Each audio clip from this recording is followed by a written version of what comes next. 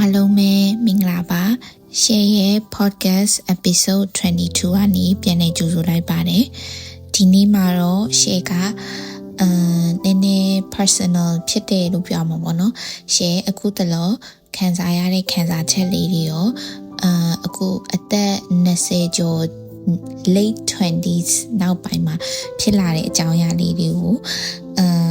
နည်းနည်းခံစားရတဲ့ဟာလေးတွေကိုပြောမှဖြစ်ပါတယ်အဲကြောင့်မလို့ဒီနေ့အကြောင်းအရာလေးကတော့အသက်20ကျော်မှ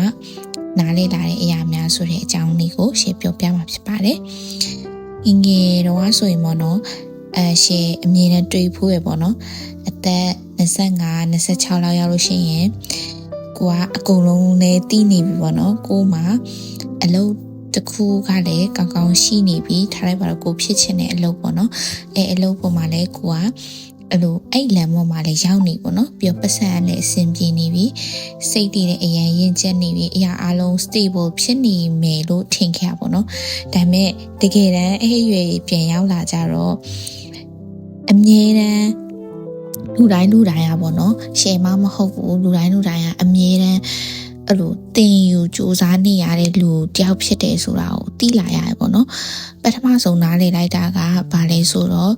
လူတိုင်းမှာကိုယ့်ပိုင် timeline ရှိရဆိုတဲ့ဟာကိုပို့ပြီးနားလေပေါ့နော်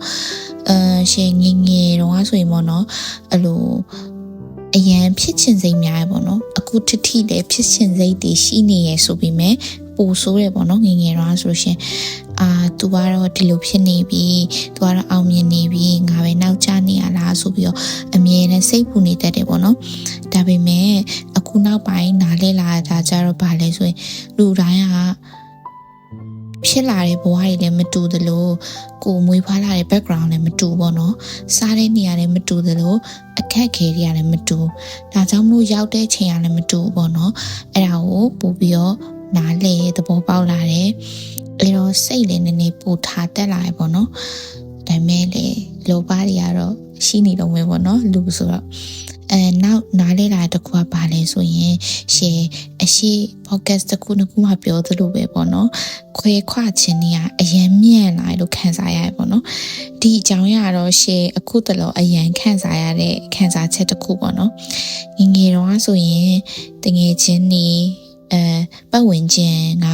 အမြဲတမ်းဒီပုံစံပဲပေါ့နော်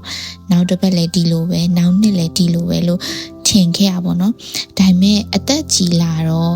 နောက်တစ်ခါတွေးမယ်ဆိုရင်စကားအယမ်းမလွယ်မှန်းသိရပေါ့နော်တချို့တငယ်ချင်းတွေနဲ့ဆိုလို့ရှိရင်အမြဲတမ်းတပူးတွဲဆိုရင်ပဲအခုဆိုရင်တယောက်တစ်နိုင်ငံမှာနေကြတယ်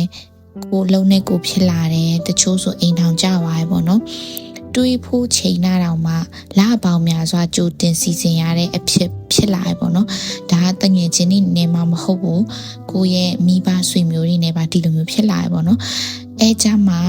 အတူတူရှိတဲ့အချိန်တွေကဘယ်လောက်တန်မိုးရှိလဲဆိုတာကိုလည်းပို့ပြီးတော့နားလည်လာပါတယ်ပြီးတော့နောက်ထပ်တတိယတစ်ခုကတော့မိဘတွေအသက်ကြီးလာတာပေါ့နော်ငယ်တော့ဆိုရင်မိဘတွေအမြဲတမ်းဒီလိုပဲရှိနေမယ်ပေါ့နော်ပြီးတော့အခုဆိုရင်သူတို့အသက်ကြီးလာတာကိုလည်းမြင်ရတယ်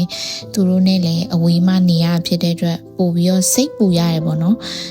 သူတို့မှလည်းအချိန်ကန့်သက်ချက်ရှိတယ်လို့မျိုးကိုမှလည်းအချိန်ကန့်သက်ချက်ရှိရဆိုတာယူတတိထားမိလာပေါ့နော်အဲ့ဒါကြောင့်မလို့အခုနောက်ပိုင်းဆိုရင်ပေါ့နော်ရှယ်ဆိုရင်နောက်မှဆိုရင်စကားကိုတဖြည်းဖြည်းကြောက်လာပေါ့နော်နောက်မှခီးသွားမယ်နောက်မှပဲလှုပ်လိုက်တော့မယ်ကွာနောက်ရက်မှပဲဆက်လိုက်တော့မယ်နောက်တစ်ခါမှပဲတွေးလိုက်တော့မယ်အဲ့လိုမျိုးနောက်မှဆိုတဲ့ဟာယူအရင်ကြောက်တယ်ပေါ့နော်အဲ့ဒါကြောင့်မလို့ရှယ်ဒီမှာနေတဲ့အတော်တွင်ဆိုလို့ရှိရင်အခုလက်ရှိအချိန်ပို့ပြီးတော့တန်မိုးထားရပေါ့နော်ပြီးတော့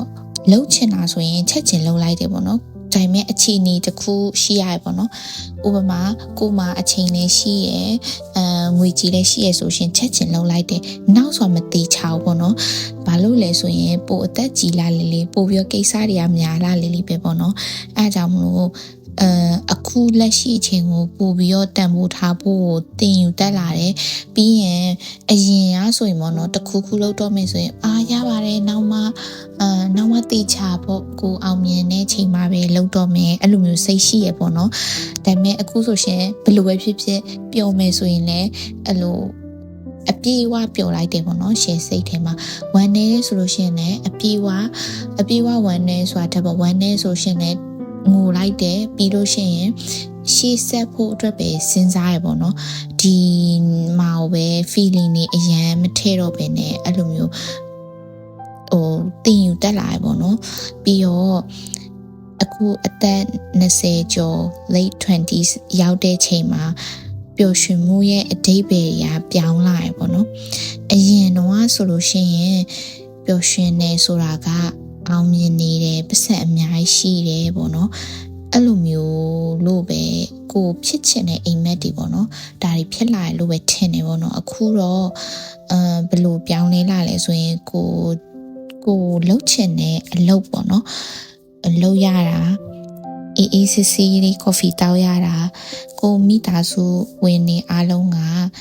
ကျမ်းမာကိုရီကျမ်းမာပြီးစိတ်ချမ်းသာရတာ